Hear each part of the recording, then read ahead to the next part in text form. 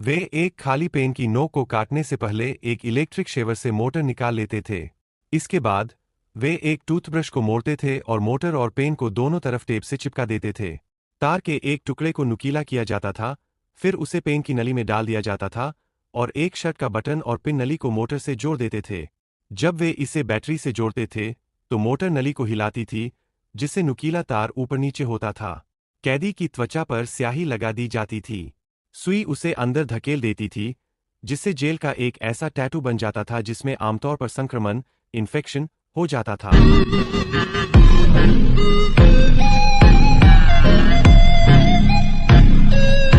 वे एक खाली पेन की नोक को काटने से पहले एक इलेक्ट्रिक शेवर से मोटर निकाल लेते थे। इसके बाद वे एक टूथब्रश को मोड़ते थे और मोटर और पेन को दोनों तरफ टेप से चिपका देते थे।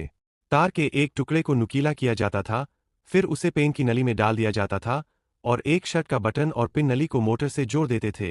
जब वे इसे बैटरी से जोड़ते थे तो मोटर नली को हिलाती थी, जिससे नुकीला तार ऊपर नीचे होता था। कैदी की त्वचा पर स्याही लगा दी जाती थी।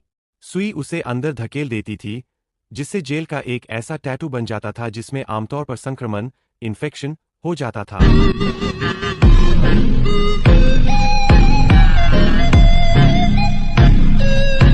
वे एक खाली पेन की नोक को काटने से पहले एक इलेक्ट्रिक शेवर से मोटर निकाल लेते थे। इसके बाद वे एक टूथब्रश को मोड़ते थे और मोटर और पेन को दोनों तरफ टेप से चिपका देते थे।